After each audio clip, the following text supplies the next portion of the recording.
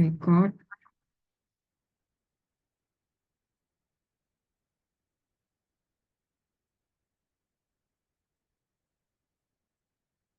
Hmm.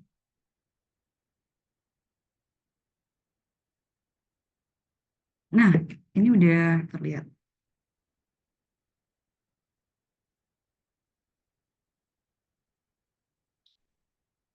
Oke, Assalamualaikum warahmatullahi wabarakatuh.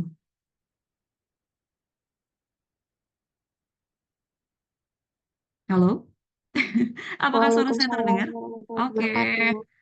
teman-teman selamat malam. Kembali ketemu saya. Ini the last uh, study plan gitu ya, the last class study plan. Semoga ini benar-benar finalnya. Saya juga bahkan sampai bingung ini study plan banyak banget ya kelasnya. Semoga teman-teman nggak boring ketemu saya kembali. The last kali ini kita tinggal diskusinya aja. Jadi pertemuan pertama kita udah bener-bener diskusi bareng gitu ya, seberapa penting rencana studi itu dan bagaimana rencana karir juga, bahkan kita sudah diskusikan. Pertemuan kedua kita coba bedah kemarin rencana studi punya saya. Kemarin ada yang masih ingat apa? Apa? Oh, sebentar. Ada yang masih ingat? Udah lupa. Pertemuan ketiga, kayaknya Dehaura hadir juga. Ada yang masih ingat pertemuan ketiga kita diskusinya apa?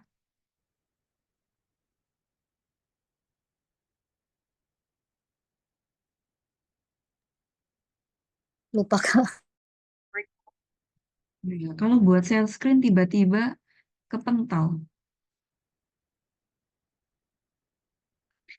Pertemuan ketiga kita bahas itu bareng kemarin. Apa namanya? Basis Mulai dari metodologi. bentar. Suara saya mental. Nah, oke, terima kasih. Pertemuan ketiga kita bahas bareng-bareng rencana riset baik itu buat S1 maupun S2 ya. Kemarin ada Kak Redi juga yang sempat sharing, Kak Haura juga yang sempat sharing. Kemudian juga rencana riset mulai dari latar belakang, tujuan, rumusan, sampai kemudian di tahap apa kemarin yang terakhir metodologi ya. Dan hari ini kita bahas bareng study plan per semester dan evaluasinya juga seperti apa. Teman-teman gitu ya, kemarin tuh saya sempat bincang ya sama teman saya yang suka banget sama yang namanya itu apa liburan, rekreasi gitu. Di sini ada yang suka liburan? Ada yang nggak suka liburan? Jalan-jalan nggak suka? Ada yang nggak suka liburan? Suka Kak. Oke. Kak Gracia suka liburan. Kak Anissa, Kak Farel, Kak Redi, Kak Mutiara, Kak Syarif. Suka Kak Kak Am- liburan kalau gratis. suka kalau gratis gitu. Oke ya. Jadi kemarin saya sempat ketemu sama teman dan dia suka banget sama liburan gitu ya. Sampai kemudian saya nanya, kamu baru pulang dari mana? Gitu. Aku pulang dari Bali katanya gitu. Wih, deh keren banget. Terus saya nanya, eh gitu kayak kamu liburannya menikmati banget. Emangnya kamu bikin program ya liburan? Terus dia jawab, ya pasti, ya tentu katanya gitu. Aku susun liburanku sedemikian rupa katanya. Jadi pertama katanya, langkah pertama aku menentukan anggaran untuk rekreasi. Kemudian aku mencoba membicarakan beberapa tempat gitu yang memungkinkan kemananya, itu yang jadi wishlist aku selama ini. Kemudian dia juga menceritakan setelah semuanya tersusun rapi, baru aku coba hubungi beberapa travel. Kalau udah membandingkan beberapa travel, apalagi dia ceritanya. Kemudian dia baru membandingkan mana travel yang memberikan pelayanan terbaik dan paling memuaskan. Kalau udah gitu menentukan travel mana, baru deh eh, aku akan diantarkan travel ke tujuan. Nanti aku akan membawa berbagai perlengkapan yang tentunya udah aku list segala perlengkapan dan keperluan gitu. Aku bilang, wih keren banget gitu ya, mantap sih bisa gitu. Kamu konseptor banget aku bilang gitu. Terus terus dia bilang, iyalah gitu ya, khususnya buat liburan ya. Jadi kenapa aku sangat konsep banget selama aku liburan, karena perencanaan yang matang itu benar-benar menghindarkan aku dari hal yang sifatnya incidental katanya. Menjadikan aku lebih konsentrasi terhadap hal kecil yang mungkin kadang sering sering terlupakan. Dengan perencanaan aku juga bisa lebih memanfaatkan waktu dan dalam rangka apa ya, memperbaiki beberapa kesalahan yang mungkin aku lakukan. Dan perencanaan itu juga dapat menghindarkan aku dari hal yang dapat merusak rencana itu sendiri gitu katanya. Setelah itu, nah, baru setelah itu ya, pokoknya rencana itu ini banget gitu, banyak banget manfaatnya. Kamu kalau nggak merencanain, liburan nggak kamu rencanain, wah banyak nanti hal yang kemudian ke-skip dan lain sebagainya. Jadi harus direncanain, Fa, katanya gitu. Terus saya nanya akhirnya, kamu liburan kamu rencanakan sedemikian detil, kira-kira di pekerjaan, karena ini teman kerja, apakah di pekerjaan ini juga kamu punya tujuan, punya rencana yang juga cukup detail, atau mungkin dalam hidup, apakah kamu punya rencana atau plan, atau hal yang kamu tuliskan, program-program yang kamu tuliskan dengan detail? Terus jawabnya dia, ya kalau urusan itu kayaknya aku nggak cukup waktuku buat mikirkan itu. Akan cukup banyak menguras pikiran ataupun usaha ataupun waktu yang sangat banyak. Nah, sayangnya aku nggak punya waktu, Pak, katanya. Sehingga untuk mengantisipasi semua itu aku biasanya cuma ngapalin apa aja rencana yang akan aku lakukan untuk masa depan di otak aku, gitu ya katanya. Jadi, teman-teman mari kita bayangkan gitu ya. Teman saya tadi menyusun program rekreasi dengan sedemikian rinci menggunakan berbagai sarana, perlengkapan yang detail gitu ya, yang semuanya membantu mewujudkan keinginannya, tapi bahkan tidak dipraktekkan hal yang sama dalam hidup. Teman saya tadi tidak pernah berpikir untuk menyusun sebuah program yang rinci, baik itu di pekerjaan, mungkin di akademisi maupun di hidupnya. Ya, padahal hidup kita hidup yang mungkin tanpa tujuan, selainnya sampan gitu, yang tidak memiliki pendayung. Nggak ngerti arahnya akan kemana, jalan aja seperti itu. Sampai mungkin akan sampai, tapi sampainya akan jauh lebih lama. Oleh karena itu, sebelum saya lanjut ke apa tadi, studi plan per semester, saya mau kita refleksi dulu bareng-bareng, kenapa sih kita mesti menentukan tujuan? Apa sih pentingnya tujuan itu, gitu ya. Yang pertama, dengan kita punya tujuan gitu ya, kita akan lebih menguasai diri kita. Jadi saat seseorang ini punya program yang bagus, tertata rapi, benar-benar ada tulisannya gitu ya, itu akan lebih memudahkan Oke. untuk mewujudkan cita-citanya. Gitu. Oh, Kita akan kakiku merasakan kebebek. Aduh, gara-gara wingi. gimana Kak Usen? Ah, Bocor eh, kayaknya. oh iya. Oke, saya lanjutkan. Jadi saat kita aware gitu ya, dengan kita punya program, dengan kita punya tujuan, kita akan semakin aware dengan diri kita. Sehingga kita akan jauh lebih menguasai diri kita, gitu ya. Kita akan bisa ngerasakan ada kekuatan untuk bisa dalam melakukan berbagai urusan karena kita tahu sebentar ini apa lagi yang akan kita kerjakan. Oh, ini yang habis ini harus kita kerjakan biar kita sampai tujuan tadi. Itu begitu juga saat kita memiliki kemampuan melihat hal yang kecil gitu ya. Pandangan terhadap tujuan akan benar-benar memberikan kita kekuatan tambahan sehingga kita jauh lebih konsisten, sehingga kita jauh lebih tegar gitu ya dalam menghadapi berbagai halangan. Kemudian percaya diri juga dengan menuliskan tujuan dan menyusun program yang dapat mengantarkan kita pada tujuan gitu ya.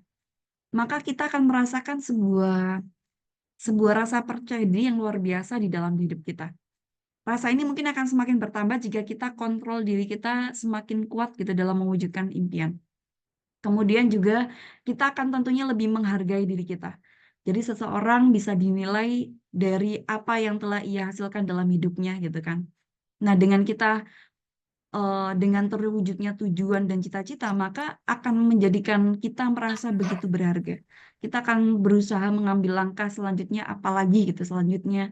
Apabila tujuan tersebut benar-benar sudah digapai, apalagi kayak gitu. Jadi tujuan yang ingin diwujudkan oleh seseorang akan menjadikan kita lebih menghargai diri kita. Tujuan yang ingin diwujudkan kita atau saat kita tahu tujuan kita gitu ya, kita akan menjadikan diri kita jauh lebih berharga. Ini juga sangat mendorong untuk kita lebih memiliki rasa percaya diri yang tinggi sehingga mewujudkan atau mengembangkan berbagai potensi ini sangat sangat mungkin kita miliki. Jadi setiap saya akan keluar rumah misalnya gitu ya, saya akan benar-benar memikirkan, saya benar-benar mempertimbangkan, saya akan benar-benar merefleksikan keluar rumah ini apakah saya dapat 3 hal ini. Kalau nggak dapat, saya nggak mau keluar rumah. Gitu. Ini saya lagi di kos nih. Dan di depan meja saya ini kaca dan kacanya penuh dengan afirmasi. Di sebelah sini udah ada program atau tujuan kehidupan saya. Periodenya, kemudian saya bikin dengan metode SMART yang beberapa waktu lalu sudah kita diskusikan dan nanti mungkin juga kita sedikit diskusikan gitu. Jadi setiap keluar rumah, setiap saya langkah keluar rumah, saya benar-benar mikirkan, refleksikan, ini benar-benar bisa nggak dapetin 3 hal ini. 3 hal ini apa? Yang pertama ilmu. It's okay kalau kita nongkrong sama teman, tapi nongkrong sama teman tadi benar-benar bisa dapetin atau kita bisa tidak dapetin ilmu dari nongkrong tersebut tadi. Jadi kalau nggak dapetin apa-apa, kalau cuma main-main dan ngabisin duit aja, sayang banget. Apalagi di umur saya yang sekian itu, di umur teman-teman yang kita benar-benar di umur yang sangat produktif gitu kan. Umur golden time, golden age lah ya. Kalau mungkin ada adik-adik di umur 1-5 tahun ada katanya golden age, menurut saya selain umur-umur sekian tadi, di umur kita yang segini gitu ya, 20 sampai mungkin 30-an ini juga masa-masa kita benar-benar masa keemasan buat kita, masa produktifnya diri kita. Jadi setiap keluar rumah, apakah saya dapetin ilmu, apakah saya dapetin relasi, dan apakah saya dapetin uang dari sana. Gitu. Kalau keluar nggak dapetin apa-apa dari 3 hal ini, kayaknya nggak perlu keluar untuk saat ini gitu ya. Nggak ada waktunya gitu. Jadi gitu. Kemudian manajemen waktu. Ketika teman-teman menyusun tujuan-tujuan yang harus teman-teman gapai selama hidup gitu ya, maka sudah tentu gitu kita akan menentukan hal yang lebih prioritas. Kemudian kita juga akan lebih berusaha manajemen waktu kita sehingga lebih baik mungkin. Dan tentunya hidup kita akan terasa lebih nikmat. Sekali lagi ya, seseorang akan jatuh cinta pada kesulitan jika ia mencintai tujuannya. Saat kita udah punya tujuan, saat kita udah punya kemauan mau dibawa kemana, kita punya arah dan kompas tadi gitu ya.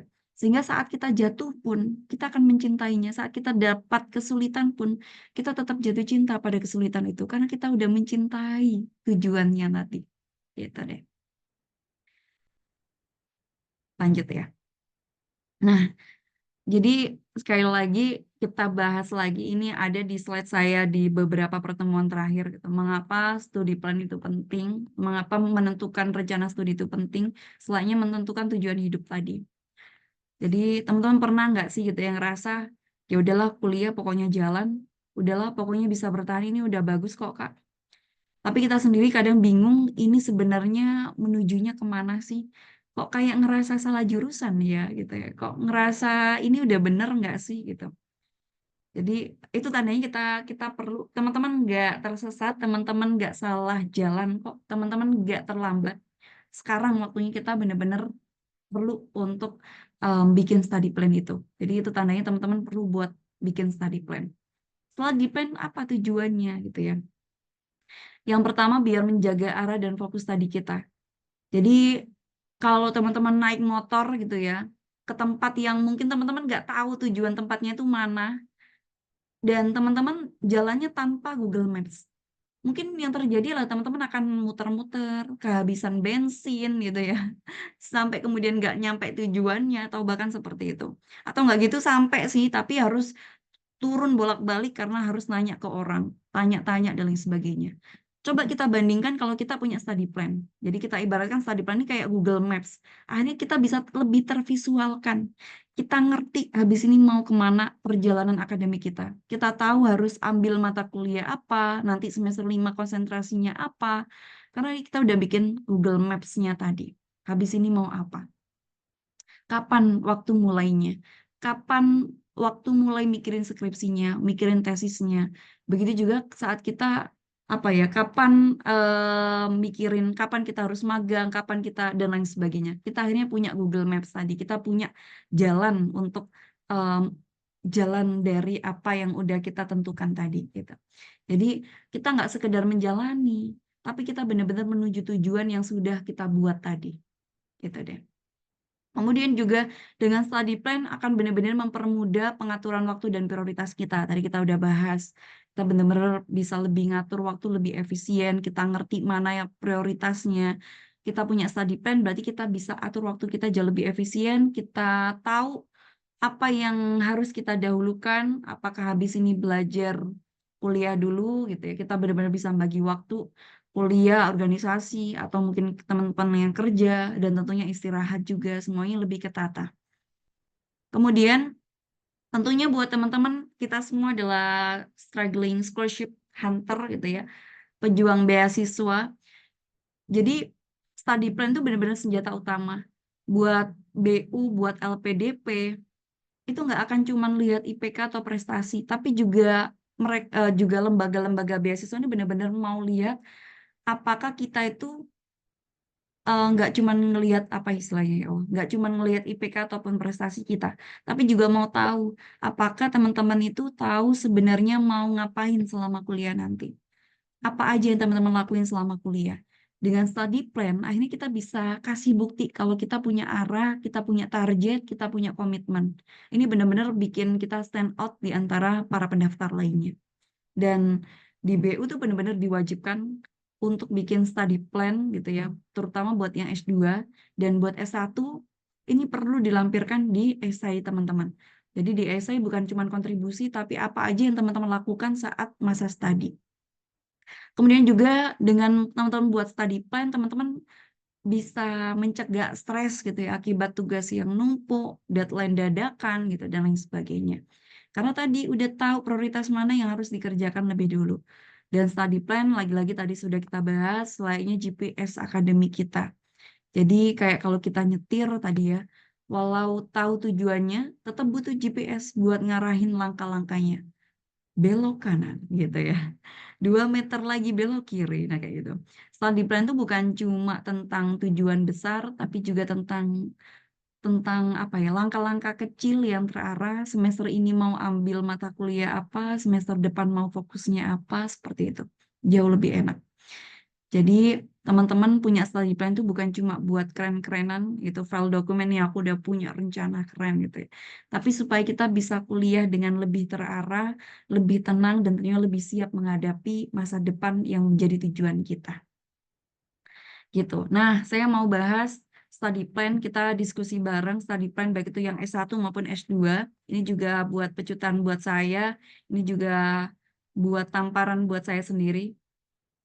Apa ini sebentar? Kak, saya izin live karena kondisi oke.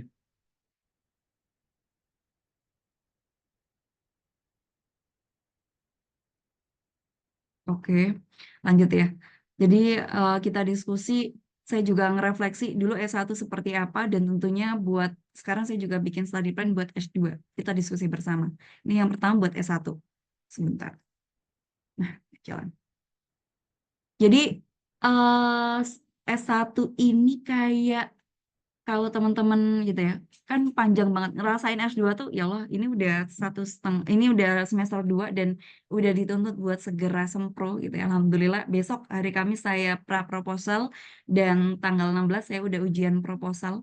Cepet banget, padahal ini baru semester 2, baru aja kemarin masuk kuliah. Jadi nginget-nginget lagi, ya Allah ternyata S1 tuh benar-benar senikmat itu, S1 sepanjang itu, benar-benar waktu waktu yang cukup banyak buat kita nyusun struktur berpikir kita, bangun fondasi maupun bangun koneksi dan masih banyak lagi.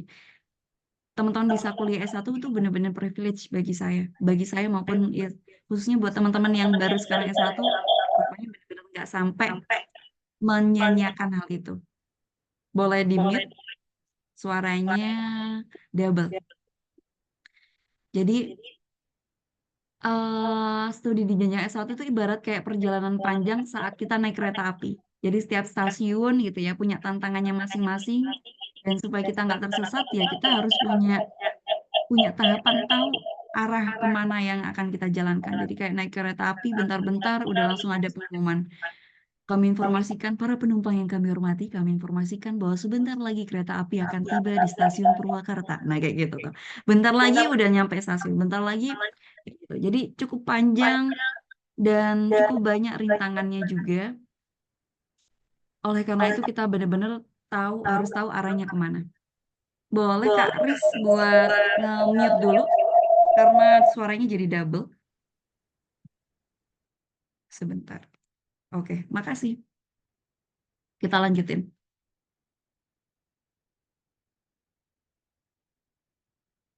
Gitu deh. Jadi semester 1 sampai semester 2 ini waktu kita buat adaptasi, kenali gaya belajar dan organisasi gitu ya.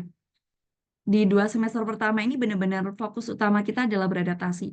Jadi kita bayangkan seperti kita saat misalnya baru pindah ke kota baru gitu ya. Kita benar-benar perlu waktu buat kenal jalannya, mengenali suasananya, mengenali budayanya di situ seperti apa, mengenali juga orang-orangnya gitu. Jadi saat mungkin kita boleh refleksi mungkin ya buat teman-teman yang S2 atau teman-teman yang ongoing di S1. Teman-teman masih ingat nggak rasanya pertama kali saat ikut kuliah S1? Aku bingung gitu ya mau duduk di mana, tengah, depan, atau belakang gitu. Dosennya ngomong apa, sistem penilaiannya gimana gitu. Jadi nah di sini kita benar-benar mulai eksplorasi gaya belajar juga. Apakah teman-teman nyamannya belajar seperti apa? Apakah teman-teman tipikal yang visual? Apakah teman-teman tipikal yang auditory? Apakah teman-teman termasuk kinestetik atau membaca, menulis, dan lain sebagainya? Jadi mengenali, mengeksplorasi ini benar-benar semester 1 dan semester 2. Selain itu juga waktu yang tepat banget buat teman-teman tadi ya, ikut organisasi, ikut kepanitiaan. Jadi bukan sekedar ngisi waktu, tapi ini benar-benar bangun soft skill teman-teman. Bangun komunikasi, teamwork, leadership, yang itu nggak akan kita dapetin cuma di kelas aja. Gitu deh. Jadi kalau istilahnya jangan jadi mahasiswa kupu-kupu atau kuliah pulang aja, tapi benar-benar kita explore apa yang ada di kampus kita. Kemudian masuk di semester 3, semester 5. Nah, ini kita udah mulai fokus mata kuliah inti, kita bangun portofolio, magang, dan lebih-lebih mulai udah harus punya ide skripsi. Jadi masuk ke semester tengah itu benar-benar saatnya kita memperkuat fondasi akademik. Ibarat bangun rumah gitu ya. Tadi semester 1, 2 adalah bangun fondasi, sekarang udah waktunya nih kita bangun dinding dan atapnya. Mata kuliah inti mulai masuk, teman-teman juga mulai bisa menentukan arah atau konsentrasi teman-teman nanti di semester 5 ngambil konsentrasi apa, kayak gitu. Apa mata kuliah yang paling teman-teman sukai sejauh ini gitu ya. Sudah tahu belum nggak teman-teman bidang yang mau teman-teman tekuni dan lain sebagainya. Jadi di fase ini benar-benar penting untuk mulai bangun portofolio, teman-teman bisa ikut lomba karya tulis, magang buat proyek pribadi atau menulis di blog atau media atau lain sebagainya. Buat kerja, buat lanjut studi ini benar-benar sangat penting. Kenapa? Bangun portofolio, gemukin portofolio itu benar-benar ngantarkan kita lolos di administrasi, baik itu administrasinya beasiswa maupun kerja. Kalau udah di sana, kalau misal saya kerja ya, kerja setelah S1 itu benar-benar terbantu karena ikutan karya tulis ilmiah, karena magang dan lain sebagainya. Jadi sangat terbantu dengan hal itu. Jadi setelah saya lulus S1, alhamdulillah nggak ada jalur orang dalam dan lain sebagainya, bisa langsung dapat kerja, itu karena tadi ikut lomba karya tulis dan lain sebagainya. Karena gemuk portofolionya, akhirnya dipanggil interview kerja, dan di sana diminta langsung praktek. Mungkin kalau anak akuntansi langsung diminta dibuatin case, langsung diminta ngerjain. Nah kalau saya waktu itu karena saya trainer gitu, saya diminta langsung bikin PPT dan presentasi.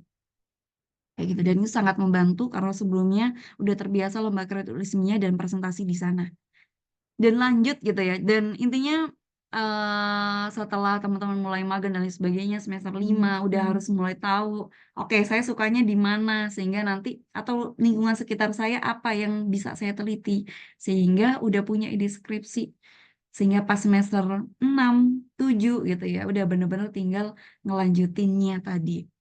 Kemudian masuk semester 6 sampai semester 8. Benar-benar udah mulai fokus skripsi, persiapan studi lanjut atau dunia kerja. Ini benar-benar jadi semacam fase final gitu ya.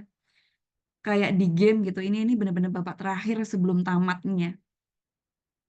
Di semester akhir ini, fokus kita adalah menyelesaikan skripsi dengan baik. Tapi bukan cuma itu, kita juga perlu menyiapkan langkah setelah lulus. Mau lanjut S2 kah? Mau langsung kerja kah? Atau mungkin mulai usaha gitu. Jadi ini benar-benar waktu buat kita. Jadi benar-benar harus dibagi waktunya. Pagi sampai siang kan eh, bimbingan kan nggak setiap hari gitu ya. Jadi harus lebih pintar nge-manage waktu akhir-akhir studi karena lebih banyak waktu longgar. Itu yang saya rasakan di semester 7-8 tuh banyak waktu longgarnya. Kalau nggak kita maksimalin atau bangun portofolio diri sendiri ini sangat disayangkan.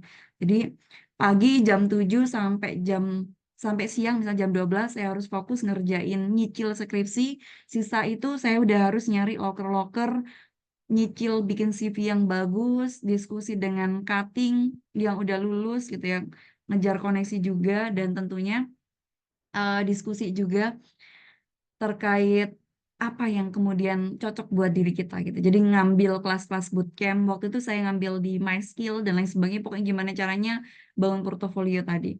Jadi udah persiapannya adalah persiapan buat kerja, persiapan buat habis studi ini apalagi kayak gitu. Itu deh. Jadi di S1 studi plan bukan sekedar rencana di atas kertas gitu ya, tapi benar-benar panduan agar kita nggak cuma lulus tepat waktu, tapi kita juga tumbuh di setiap semesternya tadi karena cukup panjang juga. Jadi kalau teman-teman di semester 3 misalnya, apakah langkah-langkah di semester 1 sama semester 2 udah terpenuhi?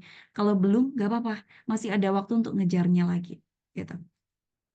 Kemudian, ini juga buat tamparan buat saya sendiri, ini juga reminder buat saya sendiri. Jadi di sini ada yang ngerasa nggak kalau S2 itu bakal jauh lebih santai. Kalau S2 tuh alah cuma 2 tahun, paling juga bentaran udah kelar. Iya, tapi S2 nggak sesantai itu. Benar-benar perlu strategi yang matang supaya tiap semester benar-benar produktif. Dan semester 1-2 ini benar-benar diharuskan kita paham kurikulum dan dosen pembimbing. Semester 1 saya udah dapet apa namanya mata kuliah metode penelitian dan semester 2 ini udah mulai ngerjakan tesisnya. Jadi proposal tesis harus diselesaikan di semester 2, semester 3 udah. Jadi benar-benar karena saya punya rencana studi tadi, Juni ini saya harus proposal, sidang proposal, kemudian November saya udah harus semhas, dan Januari saya udah harus sidang tesis. Seperti itu.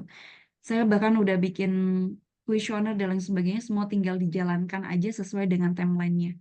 Karena saya tadi udah punya rencana studinya. Saya semester 1-2 benar-benar berupaya memahami kurikulum dan sistem studi, apa mata kuliah wajibnya, mana yang bisa dipilih, seberapa banyak SKS setiap semesternya. Saya juga berupaya mengenali dosen pembimbing gitu ya, karena beliau nanti yang jadi partner intelektual gitu ya.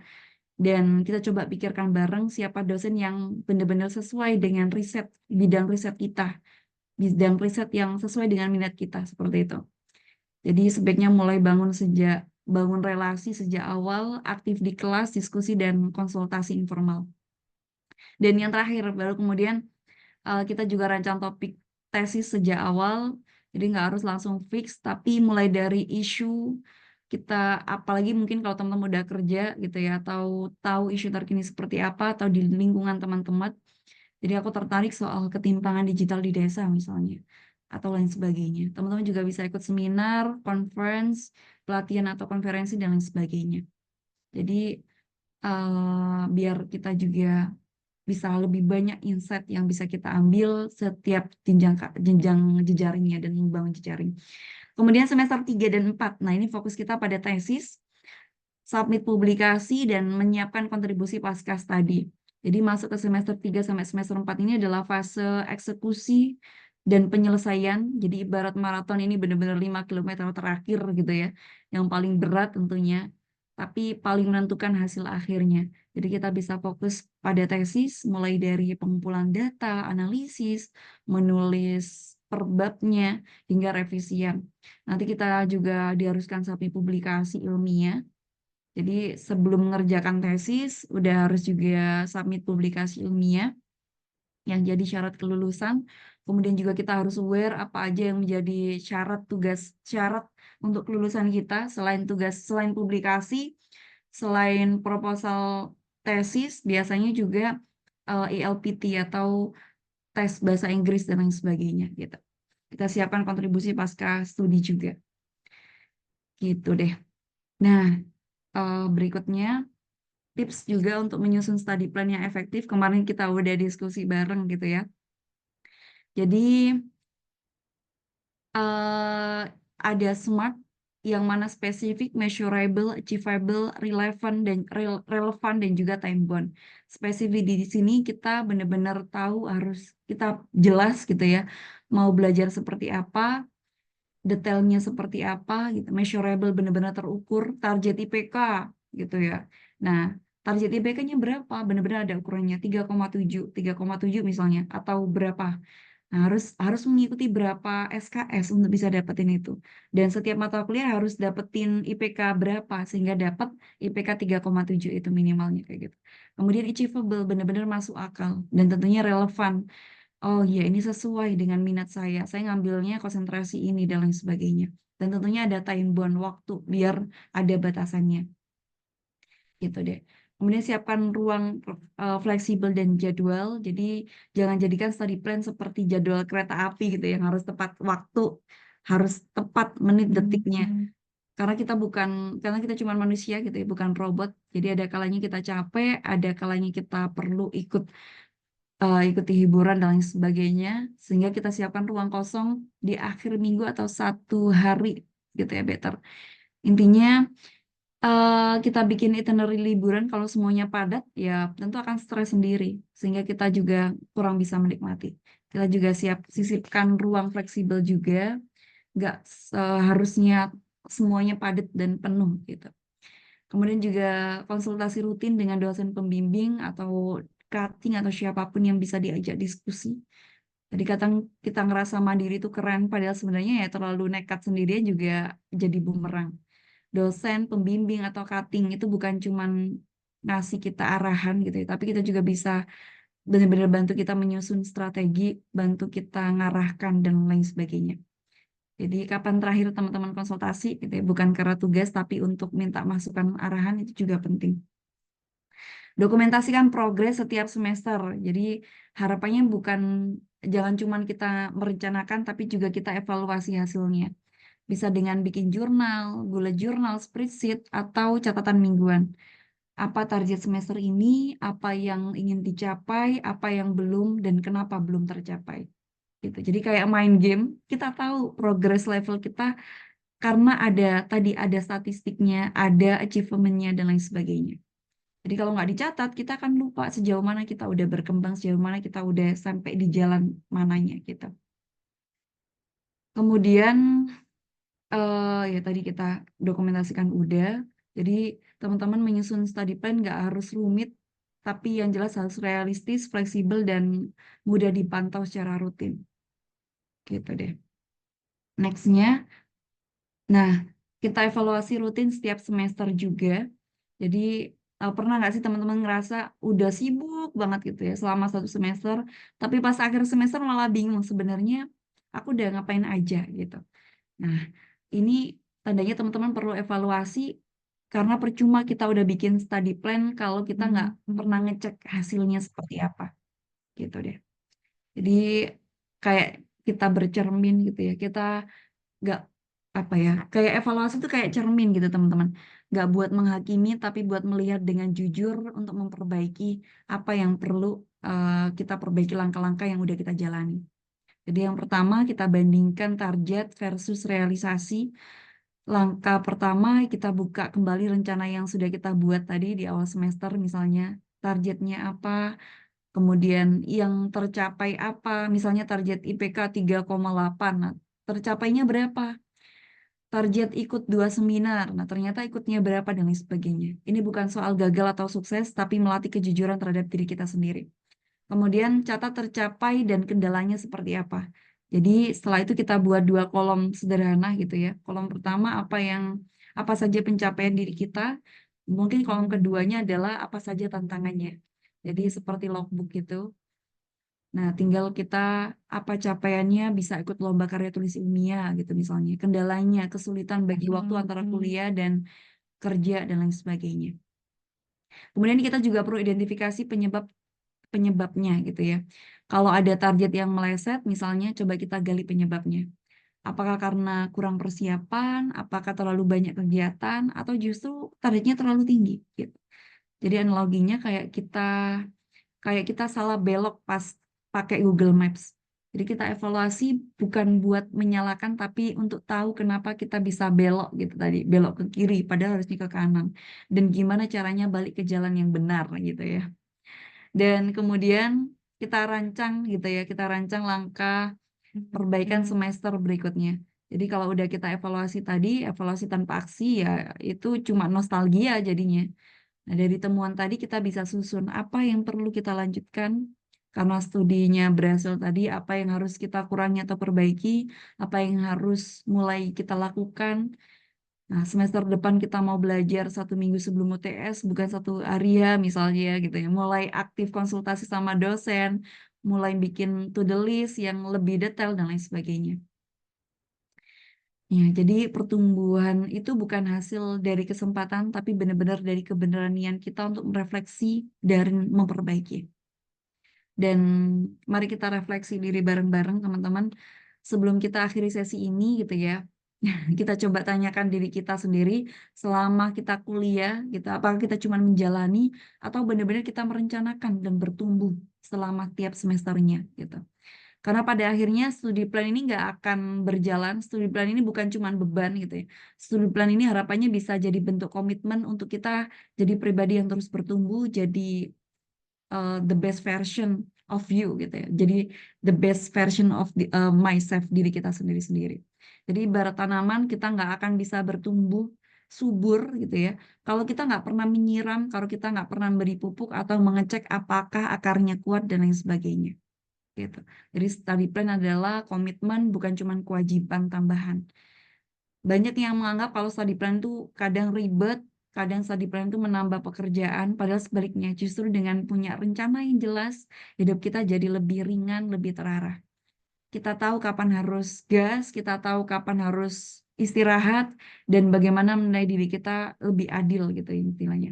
Jadi kayak kalau kita belanja bulanan gitu ya, jadi kita bawa daftar mau belanja apa aja, sehingga kita tahu apa yang harus, yang penting kita beli, apa yang bisa kita tunda, dan kita nggak bakal kalap gitu di kasir. Jadi semuanya bakal diambil enggak, karena kita udah tahu tadi daftarnya mau beli apa aja.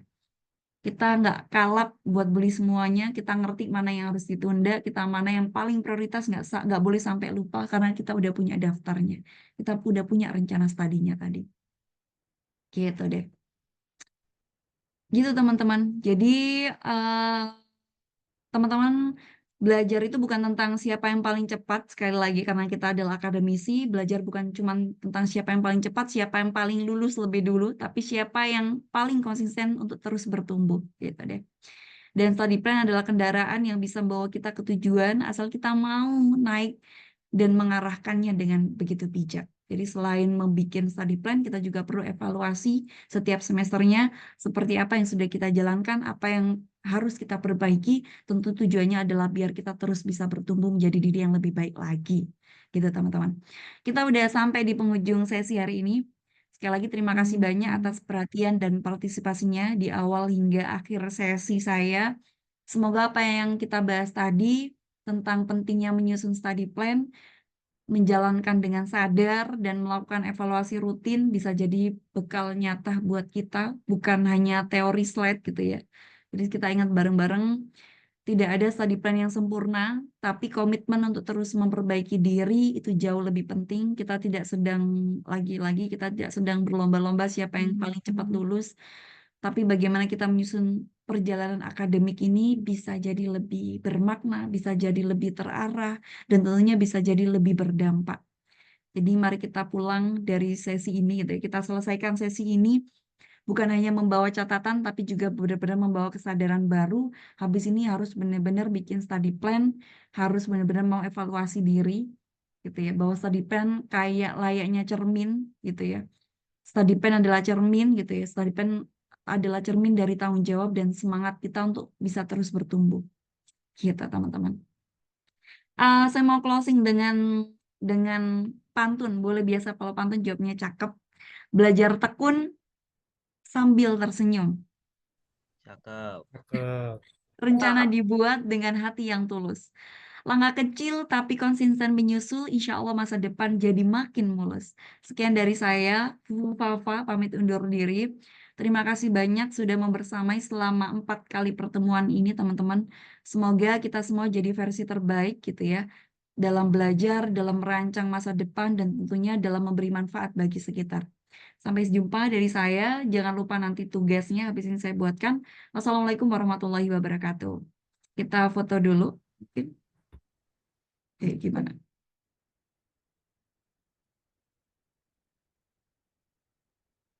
Nah, kita foto dulu. Boleh yang bisa on cam, kita on cam. Oh iya, habis ini langsung lanjut di itu ya, grammar ya. Oke, 1, 2, 3. Oke, terima kasih teman-teman. Semangat melanjutkan belajarnya. Habis ini grammar. Wassalamualaikum warahmatullahi wabarakatuh. Waalaikumsalam. Waalaikumsalam warahmatullahi wabarakatuh. Terima Thank you, Kak. kasih. Sama-sama.